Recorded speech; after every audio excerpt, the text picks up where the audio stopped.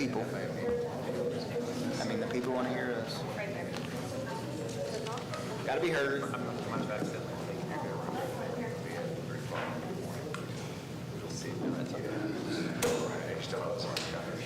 That's an extra.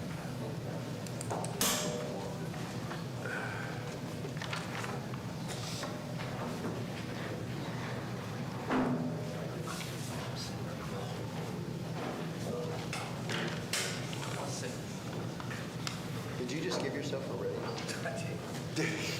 Sorry.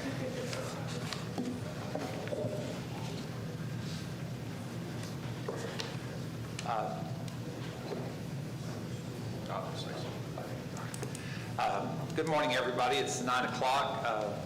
My name is Brian Wilson, Burnett County Judge. I now call this Burnett County Commissioners Court meeting to order. Today is July 15th, and it's now 9:01. We'll begin the meeting with prayer, and I'll ask Commissioner Collier to lead us. Go ahead. Please stand. Stand with us, please.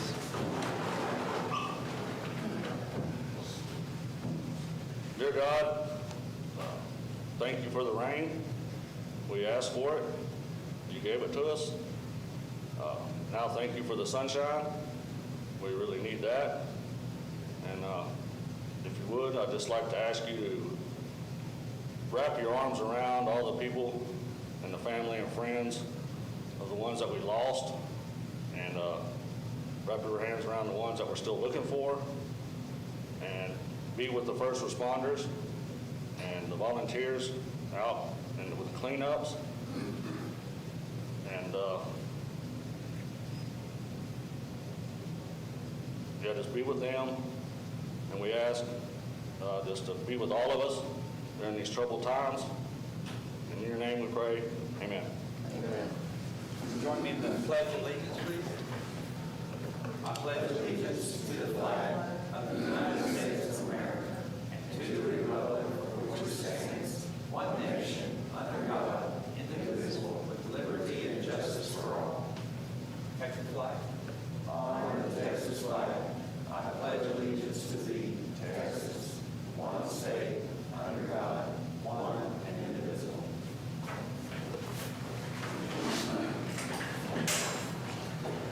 I just want to make sure, I don't see anybody here for the jury trial, but if you were here, called to the jury trial, please know that it's been canceled. So, all right, I call on agenda item number 3. Pursuant to Texas Government Code 551, we authorize, allow the Commissioners Court to make any comment on an item not on the agenda. Is there anybody here that wants to make a comment on that's not on the agenda today? You have 3 minutes. So, Does it have to be on this item or just on? well, this is the general public comment period for things not on the agenda. If you're wanting to speak on an agenda item, you'll have the opportunity to do that later. I appreciate it. Could somebody State your name for the I've record. got some photographs that would explain what we're talking about. We are Jim and Laura Higgins. We live at 202 Crane in Highland Haven, which, as you know, is an incorporated area. Our property butts up against 116 Deer Run in Shady Acres, which, as you know, is an unincorporated area. Now, for 3 months, this building that you see has gone up 12 feet from our property line. No buffers, no setbacks that we can see. Yesterday, the metal roof was put on, and it overhangs inches from our property. Now, the Texas Water Code does state that you must not redirect natural flow, and this building, which is elevated from its natural geographic plane, because they brought in fill dirt, then they brought in concrete, then they built the building up, is elevated, and it's on a rise, as you can see, from our property. Now, we have tried contacting the PLA up there. We've wanted to find out who the owners were. We wanted to get in contact with them, find out what mitigation plans they have. The PLA did confirm that the owner was asked to provide a mitigation plan, but she would not share it with us because we had no standing. She wouldn't even tell us who the owners were. We had to go through the old-fashioned way of finding out who the owners were. They're two individuals, two brothers. One lives in New Mexico, he's the owner. The one lives in Shady Acres, he's the builder. And, but we've tried communicating with both of them, and no response, so. We've sent 2 letters. 2 letters. Responded. Knocked on the door, nobody's there. But we want to know why there are no county restrictions for 2 properties that are so dissimilar. One is incorporated, one is unincorporated. As far as I know, there's no extracurricular jurisdiction, but I may be wrong. And they're so close together, one impacts the others. Yes. And we have no standing, apparently, until we're standing in water that's brought about by the flooding. So that's what we'd like to know, is there any way, is there anything we've overlooked? Is there anything the county can do to help us just find out what this guy has put down in writing as his mitigation plan? They won't even share it with us, and we're the most impacted people out there. We tried to go through ways of finding out information, and we just can't find any on our own. The PRA didn't help us. What we found was a building permit. That's where we got the names of the 2 individuals. But that's the only thing we found. And in the CAD, there's no constraints, there's no restrictions. I couldn't, what do you call CCRs? Couldn't find anything for this property about that. So that's where we're at. We're kind of frustrated because we just want to know what, we're not saying don't do this, it's built. We're just saying let us know how you're going to handle the flow, because it's going to flow down to our property and into our house. And that's essentially it. So if anybody has any suggestions how we can pursue that, This is we really, not a home that's being built. We don't know what it is. what they're going to do to keep the water from flowing, both us and there's another neighbor on the other side, but we're the closest ones to them. And that's it. So I thank you for listening. And if you have any questions, If you have any questions for us, maybe there's something we haven't said or asked. We definitely want to know how to get in contact with you. We can't take it up here at this meeting because it's not on the agenda item, but maybe Mr. Darling can get your contact information and maybe, but it very likely might be a civil matter that we can't engage in. The Texas legislature, just a statement of fact, has limited counties' ability to participate in zoning and many of the building permits. So we'll get your contact information. okay, thank you very much. Thank you.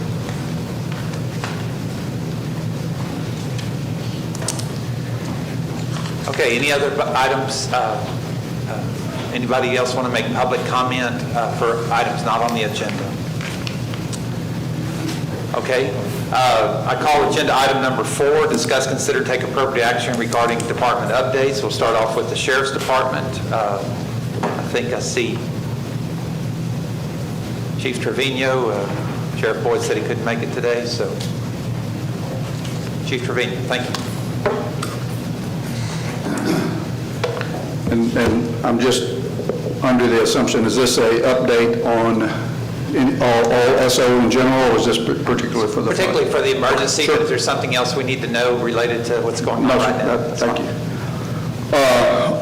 On July the 5th at 4:27 a.m., all Sheriff's Office command staff received what we call a soup alert, meaning that we were all notified of an emergency.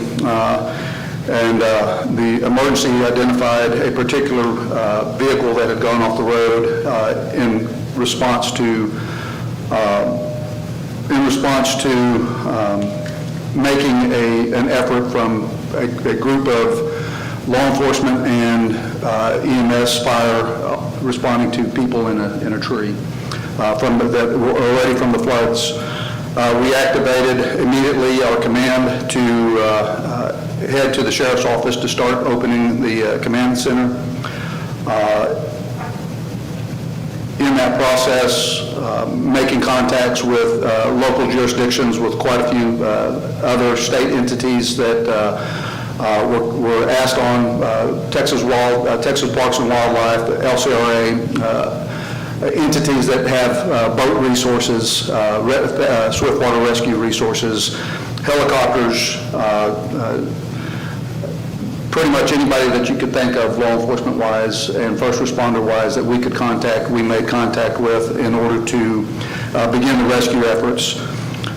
Between the hours of 5 a.m. and 6 a.m. on the morning of July the 5th, in a one-hour period, the Sheriff's Office dispatch received 180 calls for service.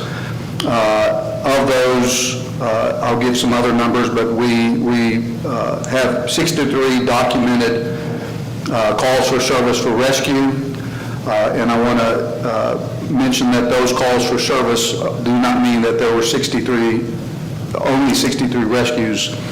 One of those calls involved 20-plus rescues at that site, so the number of rescues was significantly higher than 63.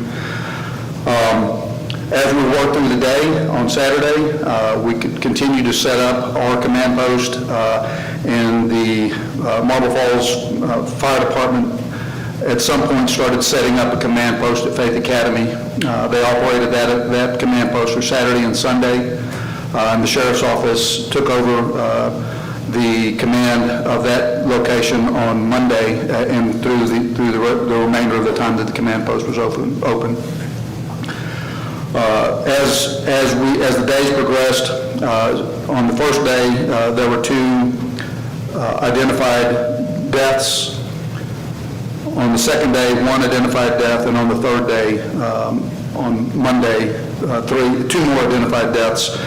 Early on Saturday and Sunday, with the 2 different command posts, numbers were a little skewed in that at one point we had 6 potential rescue efforts and 3 potential deaths. On the night of Sunday the 6th, we had a long conversation with the Marble Falls group and identified to make a correct listing of how many people were missing. So that number went down to 3 and 3. We had 3 missing and 3 fatalities out of it.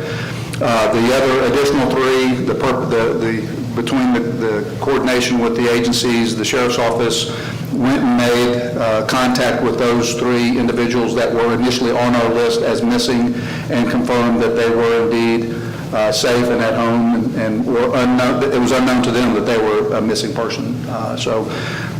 And some of those came about because we found vehicles, we found wallets, we found backpacks with that information on them, and so that got clarified through calls to service and going to verify that those individuals were home. On the night of Monday, the 7th, our last missing person in the northern part of the county was located very late. Time of death was, the notification was made to me at 11:15 p.m. And so we, rather than make emergency plans that night to change our command, we went ahead as scheduled and had our briefing on the morning of Tuesday, the 7th, and the 8th, and we had our briefing. We coordinated with the briefing that they had at Faith Academy. Captain Dillard was in command of that facility, and we advised that we would be moving all of our resources to his location to assist with locating the only missing person, Chief Phillips. We continued the next couple of days of doing searches of Cow Creek with the assistance of every local law enforcement entity, including the fire departments and EMS. We had assistance from DPS, Parks and Wildlife, LCRA, and I'm sure I'll miss a few, but Texas Task Force 1, Texas Task Force 2, and many other resources that we utilized. And just as an example, on Thursday alone, we had approximately 200 responders in the area. Also, helicopters. We used helicopters, cadaver dogs, drones, boots on the ground, Humvees. For a lot of those areas were not accessible to normal vehicles, including trucks. In order to get in and out of most of those locations, to certain locations, you had to have at least a 4x4 with a decent lift on it in order to clear the water. Using all those resources, as I was saying, on Thursday, as an example, we had 200 personnel there, and that day we had at a minimum 163 boots on the ground, separate groups that went in on search teams. Most search teams were consisting of 10 searchers and one dog handler with a cadaver dog. The bulk of those were helicoptered in. We had multiple landing zones north at our lower command and and south, and then obviously at Faith Academy, in which we were coordinating air flights. The entire Burnett County Sheriff's Office CID division ran that command post. The entire time we used our officers in the field as little as possible. We wanted to maintain a presence for calls for service, which we continued to get throughout every day. And so we wanted to leave the patrol officers as much as possible in the patterns that they were in, and also that way those that needed to could stay out late and call those out early, and their response would be for calls for service. I'm going to give you a couple of other highlights. On Thursday, and again, we are solely at this point searching for Chief Michael Phillips. It still has not been located.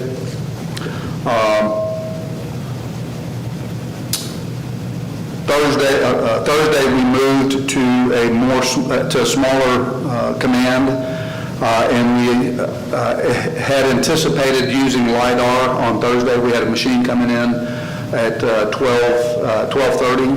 It was en route and it got canceled, so we made the best of the day by hitting some spots that we thought we needed to, and for all the officers, the command that did an amazing job.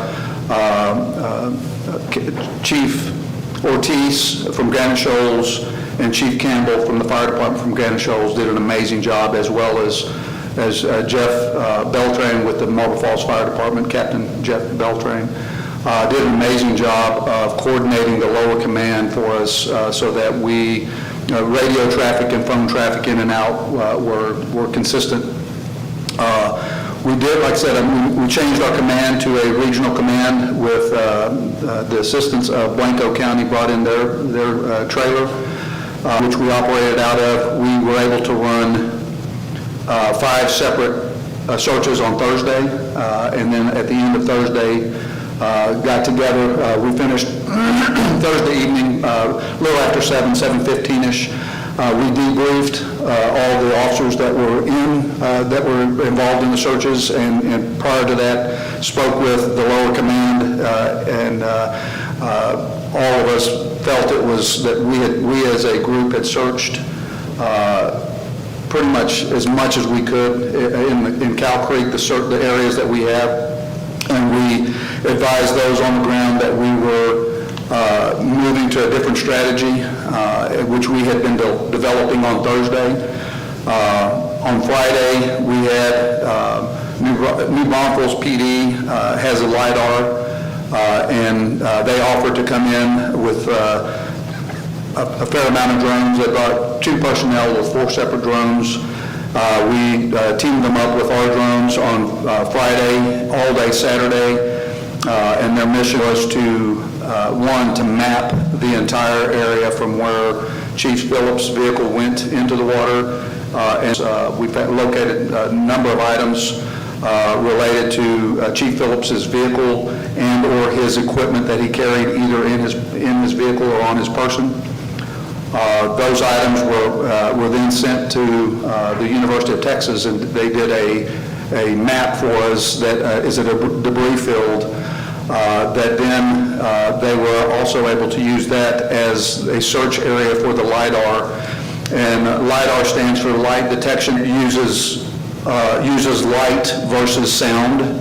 And the ability to use LIDAR, again, both the two options that we're using are are a hope and a prayer. There's nothing guaranteed that we're going to get any targeted sites to go search. We hope that we do. We're prepared to do that. We've got teams ready to go, but it shoots, it sees through trees, it sees through pretty much any, other than large rocks. It identifies items. It also sees through a fair amount of sand, which if you've been out there, you've seen that there's a lot of sand in Cow Creek, and as the water flowed, buried everything, and so we're hoping that we're able to see some items that are actually buried in the sand, in the banks, that we would be able to go check. That was Friday and Saturday. Yesterday, they had last night starting at 2 a.m. and finishing this morning at roughly 7 a.m., they had a second drone resource that came in, planned. This is exploratory software that the University of Texas, Austin Community College, and the Body Farm at Southwest Texas State University, or Texas State University, sorry, now uses, and it is exploratory, experimental software. It has been very successful in finding buried bodies, human buried bodies, and so this is a far stretch to be able to find potentially nature-buried bodies, as the disruption of the ground. It also requires that it's shot during the daytime for a reference, and then also shot at night. It uses heat and infrared cameras to find hot spots, mapping at night to allow the earth to cool down and look at anomalies with their software. So all this finished this morning at 7 a.m. That information has been sent over to the three entities that I mentioned. They will do an analysis on it. I'm sure they've already started on the analysis of the footage that we did with the LiDAR and also with the mapping. They provided a very nice, some maps for us already. And then what LiDAR does, what this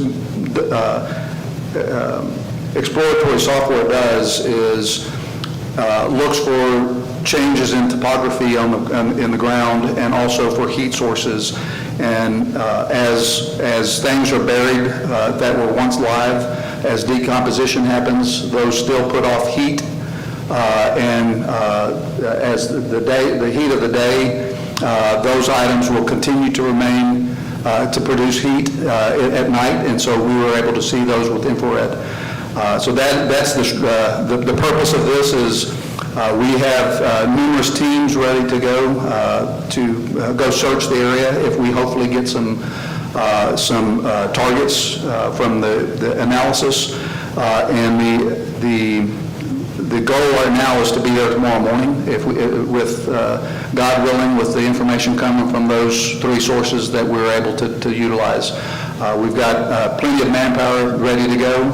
It will be very specific targeted searches versus searching a large area. And that's where we stand at this moment, is waiting for those phone calls to tell us that this is what we've received and give us the coordinates of locations for us to search. Any questions? Any questions, Chief? I think you answered my question in that last sentence. They're going to send you coordinates, is that correct? Yes, sir. And we have 10 teams ready to go, and those teams will be deployed. We'll gather, depending on when we get the information, we'll gather and start deploying with coordinates. With Team 1 gets these coordinates and this search, Team 2 gets these coordinates and this search, and an organized, very methodical search of the areas that we receive targets on. And these teams all have the equipment, either on board. Most of them are fire departments that will be responding and have the tools necessary to dig and to be able to search. There are some law enforcement elements also that are going to be involved, and those guys will have to learn how to use picks and shovels, but that's the purpose of it. But we definitely have DPS has a team, LCRA has a team, Texas Parks and Wildlife has a team of the other state entities that are here.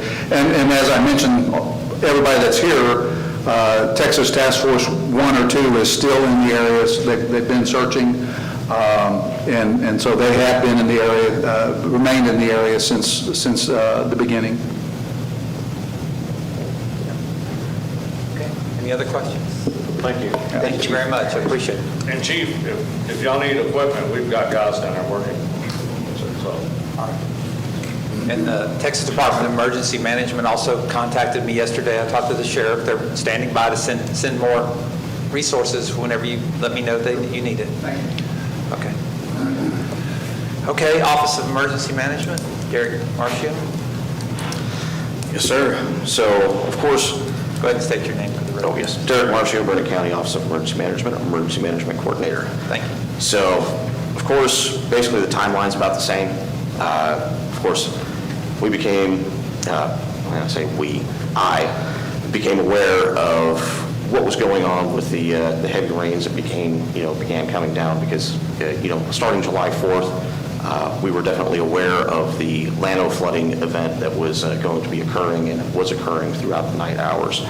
Of course, that monitoring, once gauges started moving in the correct direction, like I say, the Office of basically went to sleep that night. Any rain that was in the area was in Travis County and looked to be moving east.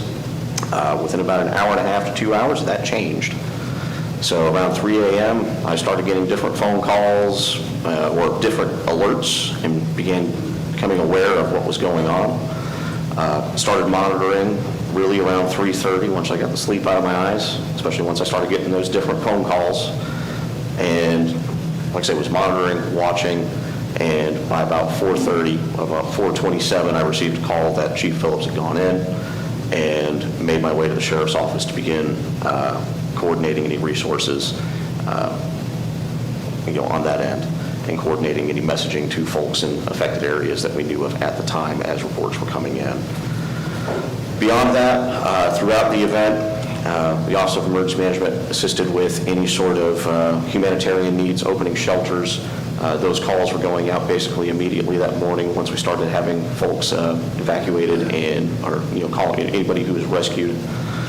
We ended up opening, that morning, we essentially had about 3 assembly points set between Marble Falls and 2 in the city of Burnett, just because it was split by Hamilton Creek at the time. Eventually, that condensed to 1 site at the Burnett Community Center, which only remained open for about 2 days. Served very few individuals, thank goodness, because of the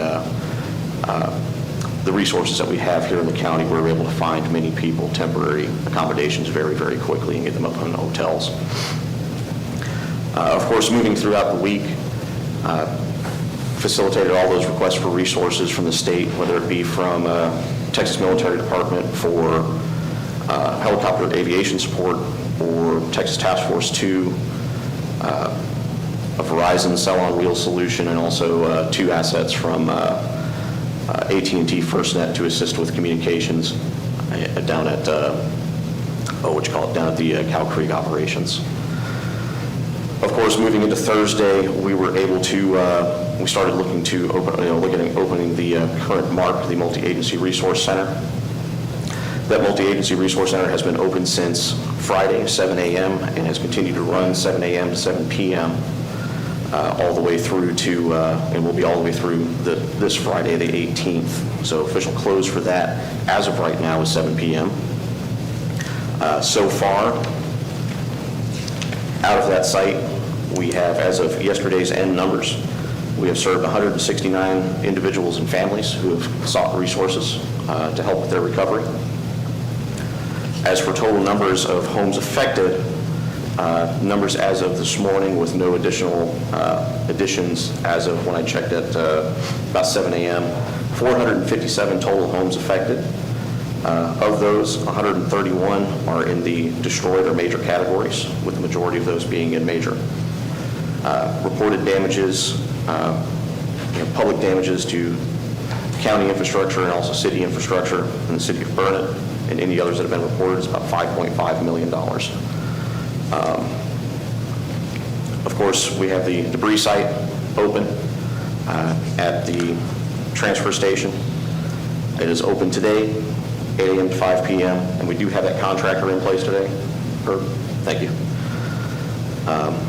But either way, that is open to residents of the county, live outside the city limits, drop off at 2411 Ranch Road 963, and that will be open until complete. We're moving forward with recovery. It's going to be a long road. We have a lot of people that were involved, a lot of organizations who are involved in this, who are giving their time, money, and effort to help all of those who have been affected. Like I say, we're moving forward. The next step at this point, since we have received the individual assistance declaration, is to move forward with getting contact with FEMA to get that disaster recovery center open, to open those federal resources.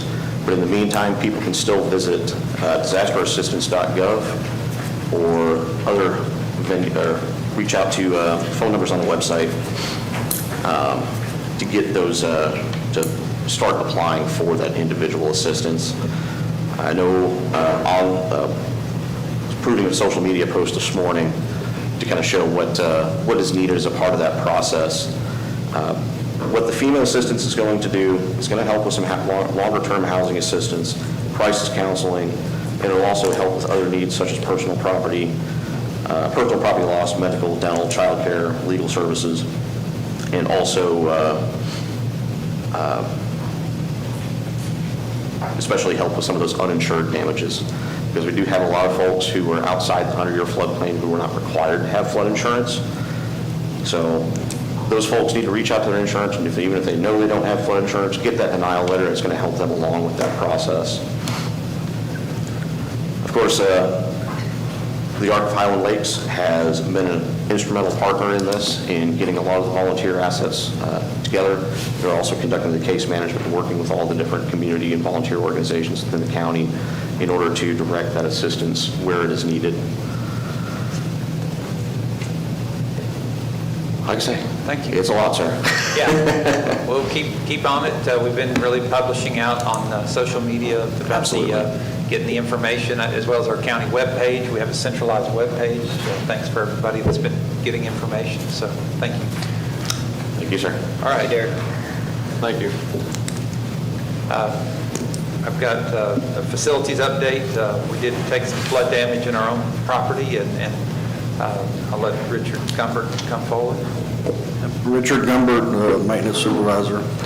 So July 5th, we responded to the water in the courthouse. That was where we started out. We got reports that there was water in the basement, so we began to,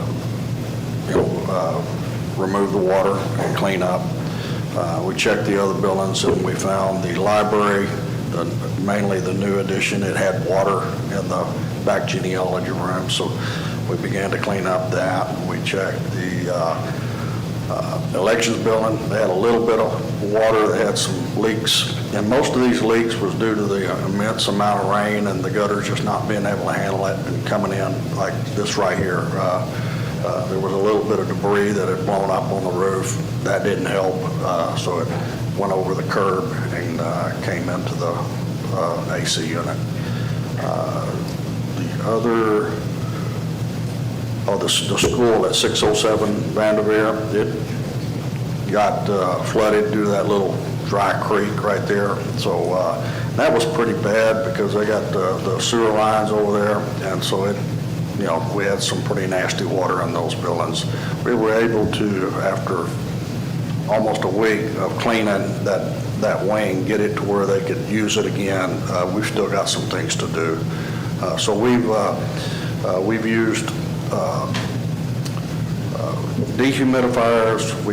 Luckily we had some supplies left over from COVID. We were able to go in and use that to sanitize. We fogged it with sanitizer, disinfectant. So now we're going into we're going to go back, go check things to see, like, we may have to go into the basement and cut the sheet rock out below and do some repairs. We'll do some repairs on the ceiling in the courtroom. There's still things to do at 607 Vanderveer, and the library, of course, we'll go in there. There's some things that we'll have to do in there, as far as repairing it and getting it safe to use again. So we're pretty busy, and just like all the other departments, we're helping with the debris out at the recycle center. I've got janitorial there. We're cleaning the community center over the weekend. We've helped Road and Bridge in the sheriff's office with their trailer, the command center. So we're doing quite a bit, just like everybody else. So. Thank you. All right, thank you. Any questions? Yeah, well, I just, Oh, one. on the recycle and the debris management that's going on, do we need to contact our HHW vendor, or what, I mean, do we have some HHW we need to dispose of? Okay, I'll reach out to them and find out if they could respond to maybe collect whatever items that we're going to have there. Okay, very good, sorry. Thank you, Richard. Thank you. All right, anything from Precinct 1 that you want to report on? I put this on here for your convenience. You don't have to feel like you need to, but if there's anything you want to speak to. Precinct 1's moving along. After the flood, we had County Road 120 and County Road 100 that were completely impassable.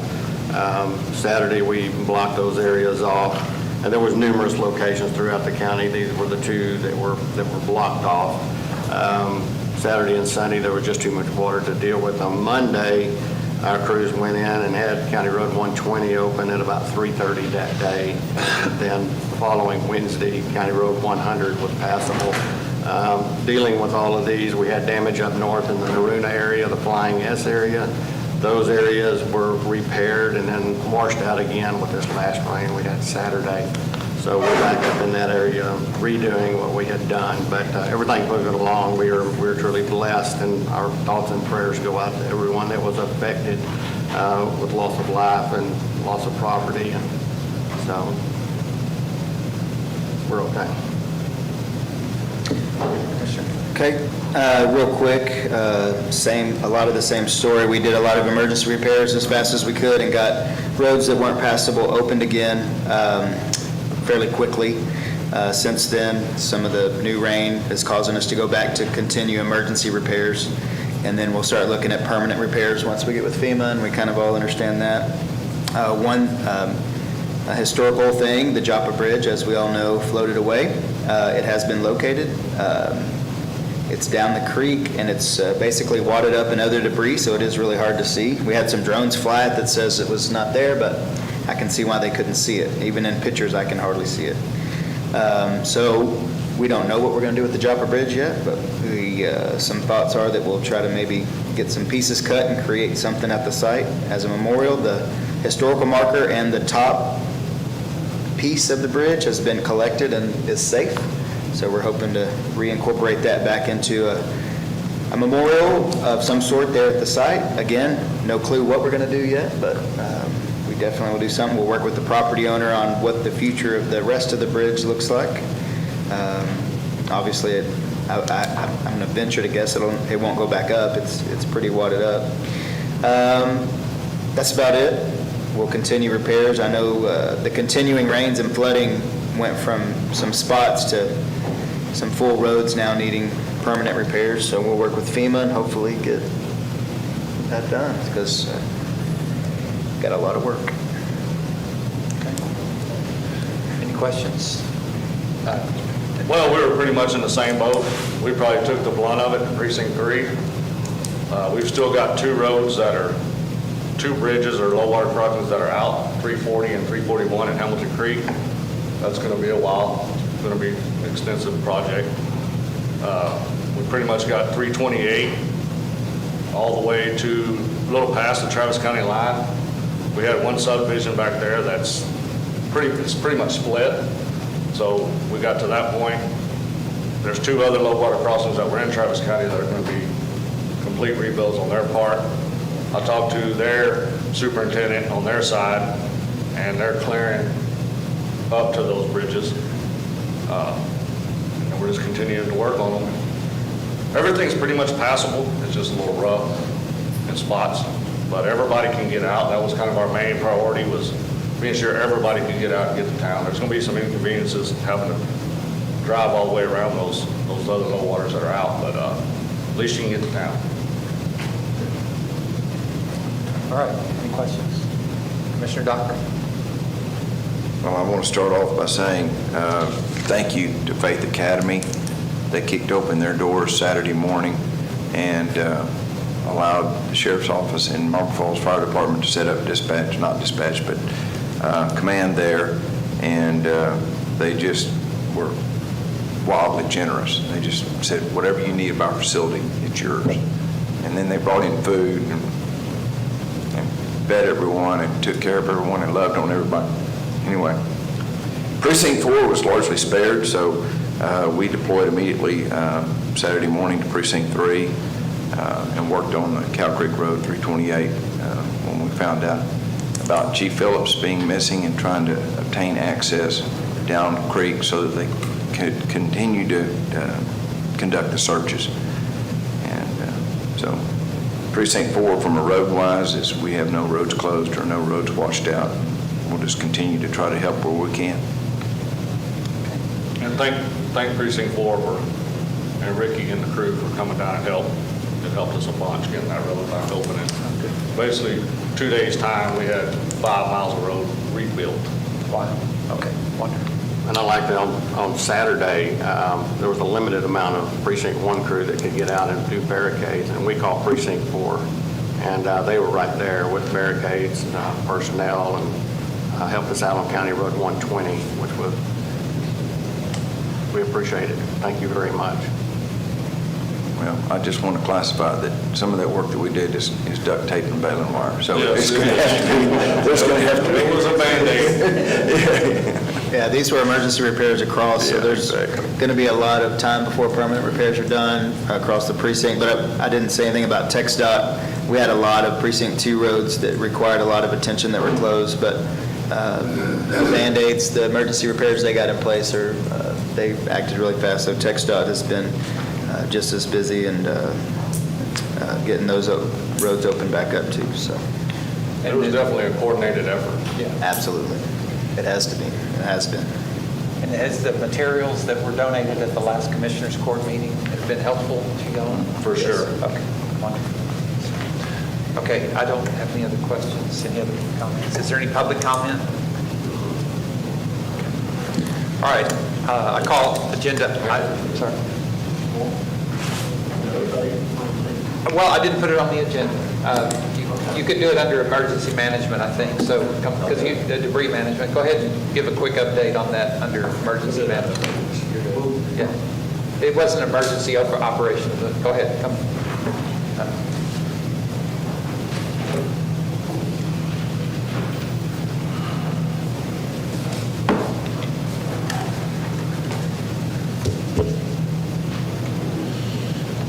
I'll try to be brief. Herb Darling, Burnet County Development Services. Just want to start with a simple statement that says the compassion and generosity of the citizens of Burnet County and the state of Texas well. We all have our day jobs. Some of you that have been around a while know that I did what Derek did for 26 years, so I've kind of stepped up and tried to help. I want to thank my office crew for picking up my day job. I want to thank the county as a whole for coming together in this event as a team and working. Richards loaned us people, Zach and Michael. The first thing we looked at was setting up a temporary debris management site. There's permitting through TCEQ and the Texas Historical Commission that we have to go through. The location of that site is 2423 FM 963 at the Recycle Center, not the transfer station, the Recycle Center. I've coordinated this effort with the city of Burnett as they've had a lot of debris, a lot of flooding, a lot of their resources is stretched. I met with them a week ago Monday, coordinated the setup of the site. They have helped operate it to an extent, but it has mostly been maintenance personnel and CERT volunteers. I do want to I tip. just want to say for the records, CERT means Citizens Environmental, Emergency Management Team. So- Emergency Response Team, Okay. CERT. They're awesome. They're a wonderful asset for the county to have. I do want to clarify, county citizens can do self-drop at the site. They will have to unload. We ask that they sort by construction and demolition debris, brush, metal, and household hazardous waste. Depending on demand, we are going to be open 8 to 5, 7 days a week. At first, we're going to see, because we got rained out Sunday, we had a fair response Saturday, but you've got a lot of people that have had friends coming in, volunteer groups helping. They're getting dump trailers able to get this material there. You as a court, we're going to have to work together to look at the long-term solutions for that, because we will need to begin a removal process out there with haulers. We work very hard. The judge has made a diligent effort to get us a debris management contractor at the site. That happened this morning. We have a representative there. So it gives us assurance that we're doing things the correct way. Something you'll need to look at as a group is the possibility of a county-wide pickup, whether it's done with contractors or by your men and material. That's just something we're going to have to look at as a group and decide if that's an avenue we need to proceed down. I do want to touch on with the press here, there's been a lot of confusion with ISTAT and our ranchers, farmers out there.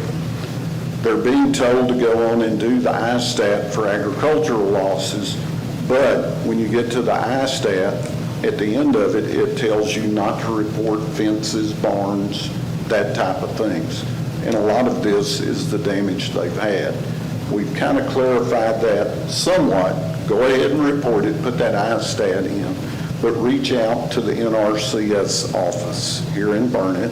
It's at 101 North Pierce. They have resources available to help secure funding to help the ranchers get their fences rebuilt, get their barns replaced, emergency hay supplies, that type of thing. AgriLife is also going to have resources available for these people. I do want to plug the Ark of the Highland Lakes while I'm here. Holy cow. We've fielded a number of calls. A lot of people know me. They call me directly. My road's washed out to my house. It's a private road. I don't have the resources or equipment to fix it. Where can I get help? We direct them to the Ark. Some of them, Commissioner, said 2 hours later, they call back and go, wow, our road's fixed. So tip your hat to the Ark. If you got a little extra money in your pocket, make a donation to them. Any questions for me, gentlemen? It's a long process. I've told the judge, some of you are well aware, we just finished closing out the 2018 flood. So this will be a long event, not just for us, but for the citizens affected. Any questions? The debris, is it, that spot to transfer, is it going to be open 7 days a week, you said? We're going to look at demand. We will definitely be open this weekend, and depending on demand, if we have 2 trucks show up, then I don't see a need to keep it open. If we have 20 trucks show up, you bet, we'll keep it open on weekends until that demand dies. But it's very important that they understand to sort this debris as they're loading it. We do have a burn pile. The good thing about most people in the county is that they will have property on which they can burn debris. By that, I mean trees, that type of brush, vegetative debris. Any sheetrock, insulation, stuff like that that comes out of homes, that goes into the C&D pile at the TDMS. I think it'd be worth noting that this is a flood debris cleanup. Yes, sir. Not a cleanup, Not- to get it gone. This is for the flood debris. I'd also like to thank you and your office for everything you've done through this. Above and beyond, Herb, thank you. Absolutely. Thank you. We got a long road, we got a lot of work. Thank you. Thank you, sir. Chief Trevino? Oh, Herb, you got a question? Alan Trevino, Chief, Burnett County. What about, so I've been hearing about individuals that have ponds that have overflowed their banks and the water from that, whether it's contaminated, and then also just heard yesterday about a large area, I think it was Vista, that had issues with septic and that they are now on a 2-week boil. Is there, what's the direction for that? Thank you. Thank you, Chief. That's a good point, Chief. It brought up, my office has also been working in conjunction with the Central Texas Groundwater Conservation District and TEEX, Texas Engineering Extension Office. Both entities were testing water. CTWG still is doing well testing if you have water. The Oak Vista issue is the type of aquifer they're located on. They're on the Ellenberger Aquifer, which is a karst aquifer, and it receives immediate recharge for rainfall. So what they've determined is that pretty much every well out there is contaminated. They've stopped testing wells from the Oak Vista. Prior to, I haven't had a chance to visit with them this week. I will after the meeting. But they were looking to wait until tomorrow. We're going to go back out and retest. It's not going to do any good to disinfect those wells based on the type of aquifer it is. It's just like a giant cavern underground, so all the water mixes. Whereas if you're in a Trinity well, there are disinfection measures you can take with normal household bleach. But I do know they still are testing water samples. They have collection kits. I know they ordered a lot of sample kits, and it's very important that you follow the directions on correcting water samples. For more information, I would suggest you reach out to them. I'm pretty sure we've got links on our webpage to them. So I'll just add to that. So there's as far as if somebody has a pond, on their property and it gets contaminated, there's nothing we can do about that. If they're doing drinking water, they have to do their own treatment. If this example here, it sounds like a broad level of contamination, so there's not enough bleach to put down in there, so that doesn't make any sense. But like my neighbors, more common is the water came up way above their well, went down into their well. So those are the ones that we have. The Central Texas Groundwater District has the test kits. We have information on our website and at the Multi-Agency Resource Center. You can pick up the instructions, come over here to 211 Pierce, get the kit, go home and test. And then, but then we've also provided the instructions for the what's called shocking the well, and it's based on the depth of the well and all that. So all that is on our website, Central Texas Groundwater District, and at the Multi-Agency Center. And you brought up something I meant to plug. That's the MARC, the Multi-Agency Resource Center. Raymond, you're going to have a lot of people that are just now getting their wits and wondering, what are we going to do? That is at the Community Center here at 401 East Jackson, and it is a very, did I get it right? 401 East Jackson, a lot of numbers. 401 East Jackson. But there are a tremendous number of resources there to help people that have been affected by the Blue Bonnet Trails, Red Cross is providing medical supplies and prescriptions. The Community Resource Center is providing people if their house is trashed and they can't, they just need to get a hotel or whatever. We've got the ARC with volunteers to clean out people's houses. Food is being served over there every day. Today is the last day of breakfast, lunch, and dinner. From tomorrow on will be lunch and dinner. So people can get a free meal. it's just wonderful. And then lots of supplies, clean out supplies, tools. I saw HEB had a bunch of rakes and shovels over there. God bless HEB. So a lot of good things. Salvation Army's represented through the Community Resource Center, CRC. Sorry. So many letters nowadays, so much alphabet. Okay. Thank you, Mr. Darling. Yes, sir. Any other questions? Any questions? All right. All right, thank you very much. Get a question, don't be shy.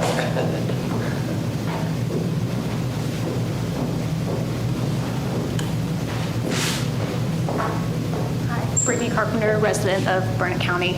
I know y'all had mentioned that y'all did a lot of emergency services for Road and Bridge. Great thing, of course, because we need people to get in and out. But what is our plan for looking at future improvements to prevent future loss of these roads so we aren't repaving and rebuilding these structures for future flood events? Yeah, sure. From emergency management response, the state standard. From emergency management response, what we're looking at, the first thing in an event like this is life safety. That is the first thing. When a road is destroyed and we've got to get emergency vehicles down, we look at just what improvements we can to get those roads in, to get residents in and out. As the recovery process begins, FEMA has two types of funding available for us to use. It's all based on a 75-25 match, but there's 404 and 406 funding. What we will do in these instances, we will look at areas, especially where we've had repetitive damage. What can we do to harden those sites? Can we come into a bridge approach and concrete aprons back? Can we change pavement from, say, asphalt to concrete pavement over sections where we're seeing flow over and getting washout?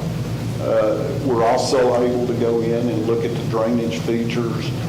If we had a 24-inch culvert that was overtopped and destroyed, can we receive 406 funding to go back and put in two 24s or a 36 to improve those sites? So yes, ma'am, we are looking at those type of things to come back in and harden these areas that are affected so the next time this happens, and it will, it won't be as bad.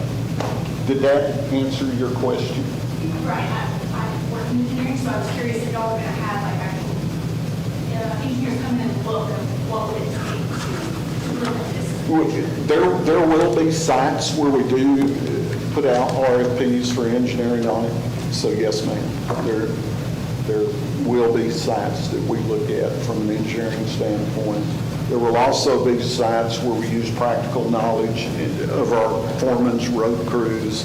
You know, we had a 24-inch washed out. Can we put a 36 back and still get reimbursed for it? Thank you. All right. Call agenda item number 5. Discuss, consider, and take appropriate action regarding the approval of the work order for County Road 411 dated July 8th, 2025 between DIJ Construction in an amount not to exceed $3,900, bid number 25-6100-2, street striping projects awarded November 26, 2024. Commissioner Dock. This pales in comparison to what we've been dealing with, but we're continuing to pave roads, and this is just a normal striping project for County Road 411. Move for approval. Second. Okay, it's been moved and seconded that we approve this item. Is there any public comment? Okay, seeing none. All those in favor say aye. Aye. All those opposed say no. Motion passes. Call agenda item number 6, discuss, consider, and take appropriate action regarding Burnett County Auditor's instructions on process to manage payments made by employees and elected officials without proper contract or PO. This came up a few weeks ago. I thought the county auditor was asking for us to develop a policy. She was just making a statement that this issue going forward, that if she sees somebody submitting an invoice for payment that has not had a PO or has not had an invoice, that she will require the Commissioners Court to take action before she will pay. This is consistent with good sound accounting practices, and it's consistent with her role as the county auditor to make these authorizations. So, is there any public comment? Okay. There's nothing else needs to be done. So.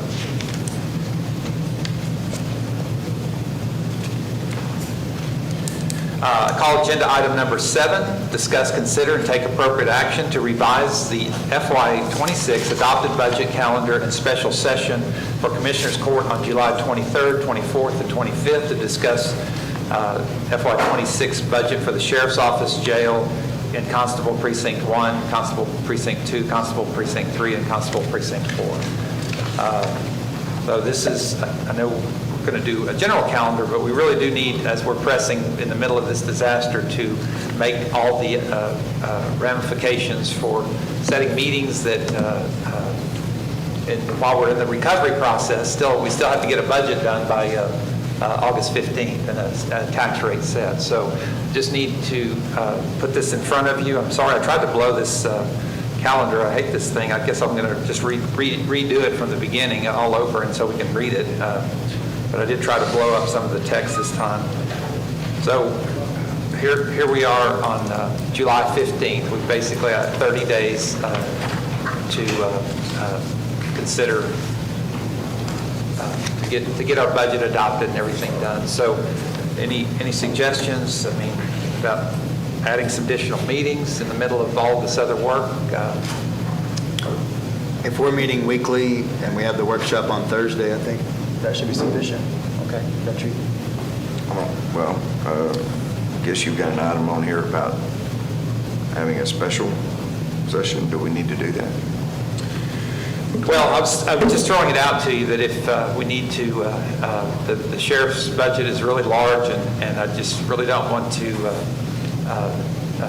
give it short order with the amount, the volume, just by nature of the department. I don't want to. I'm just trying to be careful not to just try to press it after another meeting. So, just throwing out an idea, and I wanted to get it on the agenda. If that.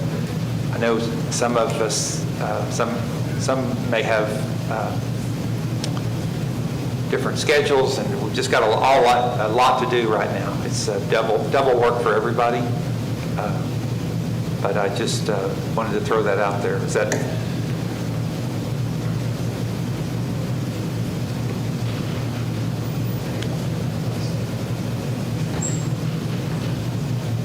I'm good on the 23rd or 24th if we want to do it specific to those departments, so we can not rush through.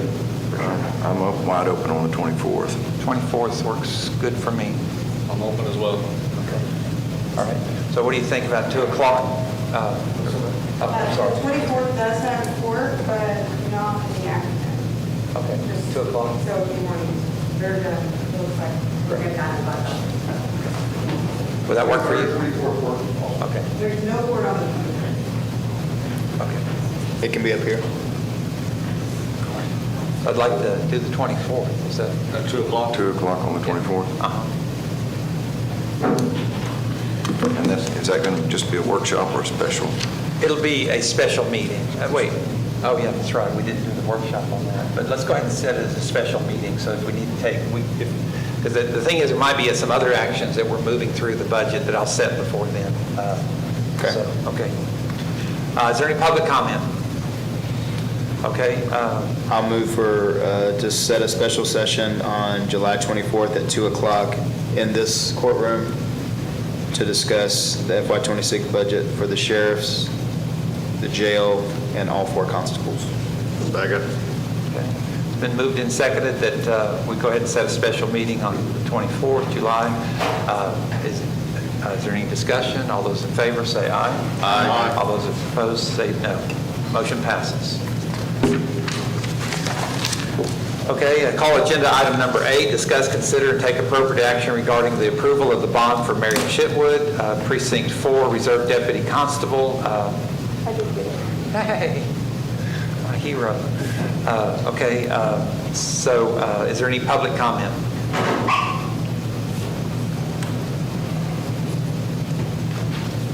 Patty Cope, Burnett County voter taxpayer registered person. I have a question about the process of the bond approval. It says here that this is for a reserve deputy constable, but it was put on the agenda by Wilson, and so that means, we've talked about this before, you all don't read the bonds because you don't have to. So you're presenting it and you're stating to the court that this bond is appropriate and proper and meets all the legal requirements. And I just wanted to make sure that I understand this properly. And I also know that you can quote a statute or a statement of fact while I'm in public comment. So is this is something you're presenting to the court as a valid, fully legal, properly presented bond? That's the question, because you're asking them to approve it, but they haven't all read it. That's my point. Thank you. Thank you.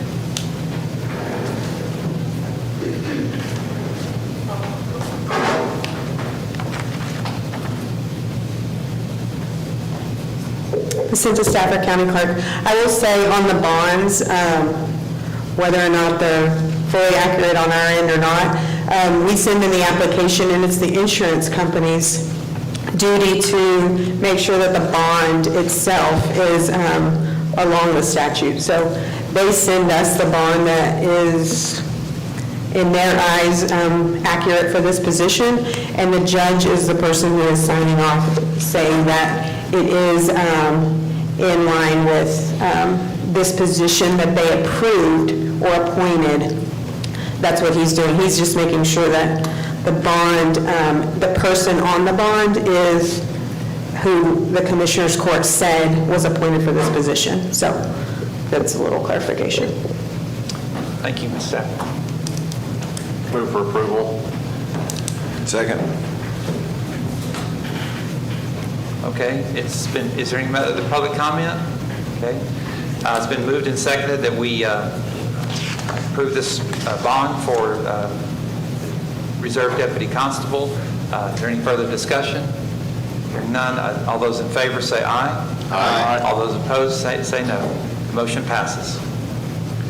I call agenda item number 9, discuss, consider, and take appropriate action regarding budget interdepartment transfers.